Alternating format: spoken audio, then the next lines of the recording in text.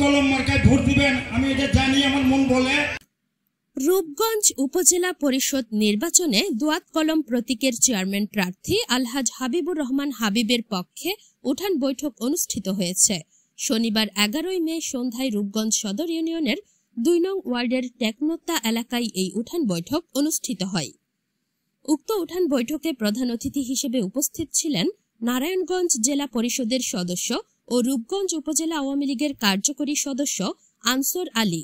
জেলা পরিষদের সদস্য আনসর আলী বলেন, জনগণের পছন্দের প্রার্থী হাবিবুর রহমান হাবিব রূপগঞ্জের উন্নয়নের ধারা দ্বিগুণ করতে এবং মডেল রূপগঞ্জ গড়তে দোয়াত কলম প্রতীকে ভোট দেবেন।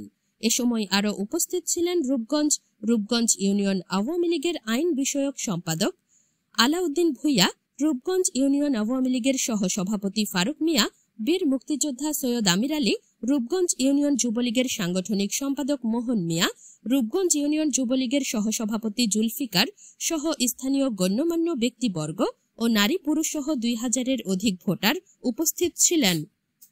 ধান্দাবাজি যেন কেউ না করে, রাজনীতিতে যেন আমাদের সবার উদ্দেশ্য একটাই থাকে, সেটা হচ্ছে মানুষের জন্য কিছু করা। সবাই ভালো থাকবেন। অনেকক্ষণ কথা বললাম। সাদিকা সীমা, পূর্বাচল টিভি, ঢাকা।